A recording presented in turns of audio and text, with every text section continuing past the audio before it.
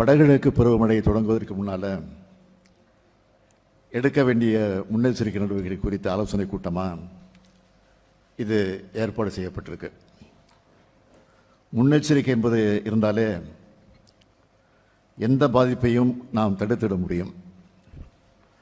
கடந்த 3 ஆண்டுகளாக முன்னெச்சரிக்கை நடவடிக்கைகளை நாம் தொடர்ந்து எடுத்து வருகிறோம். அதே போல் இது போன்ற கூட்டங்களையும் முறையாக நடத்திக்கிட்டு வரோம். தென்மேற்கு மற்றும் வடகிழக்கு என 2 பருவ காலங்களில் தமிழ்நாட்டுக்கு மழை கிடைக்குது. இதில் அக்டோபர் முதல் டிசம்பர் மாதம் வரை நீடிக்கிற வடகிழக்கு பருவமழை காலத்தில் தமிழ்நாட்டுக்கு அதிகப்படியான மழை கிடைக்குது. முன்பெல்லாம் வடகிழக்கு பருவமழையானது பருவம் முழுவதும் பரவலாக பெஞ்சுக்கிட்டு வந்துச்சு. சமீப காலமாக காலநிலை மாற்றத்தால் சில நாட்கள்லேயே மொத்தமாக பெஞ்சிடுது.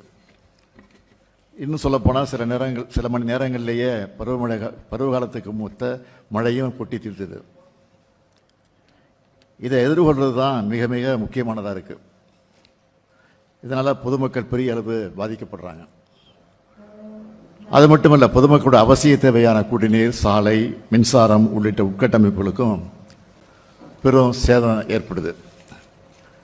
கடந்த ஆண்டு வடகிழக்கு பருவமழை காலத்தில் சென்னை, திருநெல்வேலி, தூத்துக்குடி மாவட்டங்களில் வரலாறு காணாத பெருமழை பெய்து கடும் வெள்ளப்பெருக்கு ஏற்பட்டுச்சு. அதை தமிழ்நாடு அரசு திறம்பட எதிர்கொண்டதன் காரணமாக பாதிப்புக்குள்ளான மாவட்டங்கள் விரைவாக இயல்பு நிலைக்கு திரும்பிச்சு. அனைத்து அமைச்சர்களும், அனைத்து துறை அதிகாரிகளும், அலுவலர்களும் களத்தில் இருந்தாங்க. பாதிப்பு ஏற்பட்டது தெரியாத வகையில் உடனடியாக நிலைமைகளை நாம் சமாளித்தோம். அதேபோல் இந்த ஆண்டும் பேரிடர்களோட தாக்கத்தை திறம்பட எதிர்கொள்ள தேவையான பல்வேறு முன்னெச்சரிக்கை நடவடிக்கைகளை தமிழ்நாடு அரசு மேற்கொண்டு வருது. இந்த வகையில் தமிழ்நாடு அரசினுடைய தலைமைச் செயலாளர் அவர்கள் 14/9/2024 மற்றும் 21/9/2024 ஆகிய நாட்களில் மாவட்ட ஆட்சியர்கள், மாவட்ட கண்காணிப்பாளர்கள், காவல் கண்காணிப்பாளர்கள், மாநகராட்சி ஆணையாளர்களோடு வடகிழக்கு பருவமழை குறித்து ஆயத்த பணிகளை தொடர்பாக ஆய்வுக் கூட்டம் நடத்தி அலுவலர்களுக்கு அவர் அறிவுரைகளை வழங்கியிருக்கிறார். இவை எல்லாத்தையும் அமைச்சர்களும் அதிகாரிகளும் தொடர்ந்து நினைவூட்டி கொண்டே இருக்கணும்னு கேட்டுக்கிறேன். சரியான நேரத்தில் பொதுமக்களுக்கு வழங்கப்படக்கூடிய வானிலை முன்னெச்சரிக்கையால் நாம் பெரிய அளவிலான சேதங்களை தவிர்க்க முடியும். பேரிடர்களை எதிர்கொள்வதில் முன்னெச்சரிக்கை தகவல்கள் முக்கியத்துவம் வாய்ந்ததாக இருக்கிறதுனால நம்ம அரசு அதுக்கு தேவையான உட்கட்டமைப்புகளை மேம்படுத்துறதுல தனி கவனம் செலுத்தி வருது. குறிப்பாக வானிலை தரவு உடனுக்குடன் வழங்க கடந்த 22/8/2024 அன்று தரம் உயர்த்தப்பட்ட மாநில அவசரகால செயல்பாட்டு மையத்தை நான் திறந்து வச்சேன். முன்னாடி இருந்த மையத்தை ஒப்பிடும்போது தற்போது பல்துறை வல்லுநர்கள் கொண்ட தொழில்நுட்ப குழுவோடு இந்த மையம் இயங்கி வருது. மேலும் பல துறை அலுவலர்கள் ஒருங்கிணைந்து செயல்படும் வகையில் ஒருங்கிணைப்பு மையத்துடன் தற்போது செயல்பட்டு வருது. பெய்த மழையோட அளவு எவ்வளவு என்பது அது பெய்கிற நேரத்திலே தெரிஞ்சாதான் அணைகளில் நீர் திறப்பு மேலாண்மை, வெள்ள முன்னெச்சரிக்கை தகவல்களை வழங்குதல் உள்ளிட்ட பல்வேறு பணிகளை சரியாக செய்ய முடியும். அதுக்காக நாம் இப்போ 1400 தானியங்கி மழை மானியங்களையும் 100 தானியங்கி வானிலை மையங்களையும் நிறுவி நிகழ்நேர தகவல்களை பெற்று வருகிறோம். இந்த தகவல்கள் பொதுமக்களுக்கு அப்பப்போ கிடைச்சா அவங்க தங்களுக்கான முன்னெச்சரிக்கை நடவடிக்கை திட்டமிட வசதியாக இருக்கும். அதுக்காக தான் ஒரு முக்கியமான செயலியை உருவாக்கியிருக்கோம். வானிலை முன்னெச்சரிக்கை, தற்போதைய வானிலை, பெறப்பட்ட மழை அளவு, நீர்த்தேக்கங்களில் இருக்கக்கூடிய நீர் இருப்பு உள்ளிட்ட விவரங்களை தமிழிலேயே தெரிஞ்சிக்கக்கூடிய வகையில் தமிழ்நாடு அரசு டிஎன் அலர்ட் என்னும் மொபைல் ஃபோன் செயலியில் உருவாக்கியிருக்கு. மழை காலத்தில் அதிகம் பாதிக்கப்படுறது மீனவ தோழர்கள் தான். ஆழ்கடலில் மீன்பிடிக்க போகிற மீனவர்களுக்கு புயல், கனமழை குறித்த தகவல்கள் நவீன தொலைத்தொடர்பு சாதனங்கள் மூலமாக உரிய நேரத்தில் கொண்டு சேர்க்க தமிழ்நாடு அரசு நடவடிக்கை மேற்கொண்டிருக்கு. சென்னை உள்ளிட்ட மாநகரங்கள் இந்த காலகட்டத்தில் மிகுந்த எச்சரிக்கையோடு இயங்கணும். நாட்டுக்கு முன்னுதாரணமாக பெருநகர சென்னை மாநகராட்சி பகுதிகளுக்கு வார்டு தெருவாரியான வெள்ள அபாய எச்சரிக்கை வழங்க சென்னை நிகழ்நேர வெள்ள முன்னறிவிப்பு அமைப்பு ஏற்படுத்தப்பட்டிருக்கு. முதியோர், கர்ப்பிணி பெண்கள், பாலூட்டும் தாய்மார்கள், மாற்றுத்திறனாளிகள் ஆகியோருக்கு தேவையான உதவிகளை வழங்க முன்கூட்டியே திட்டமிட்டு மாவட்ட நிர்வாகம் செயல்படுறது ரொம்ப ரொம்ப அவசியம். வெள்ளப்பெருடை ஏற்படும் போது தாழ்வான பகுதிகளிலிருந்து முன்கூட்டியே வெளியேறி பாதுகாப்பான இடங்களுக்கு போகிறது மிக முக்கியம். இந்த பணிகளை தமிழக அரசினுடைய அனைத்து களப்பணியாளர்களும் பொதுமக்களோடு இணைந்து அவர்களுக்கு அறிவுறுத்தி வெள்ளத்துக்கு முன்னரே நிவாரண மையங்களுக்கு அழைச்சிட்டு போகணும்.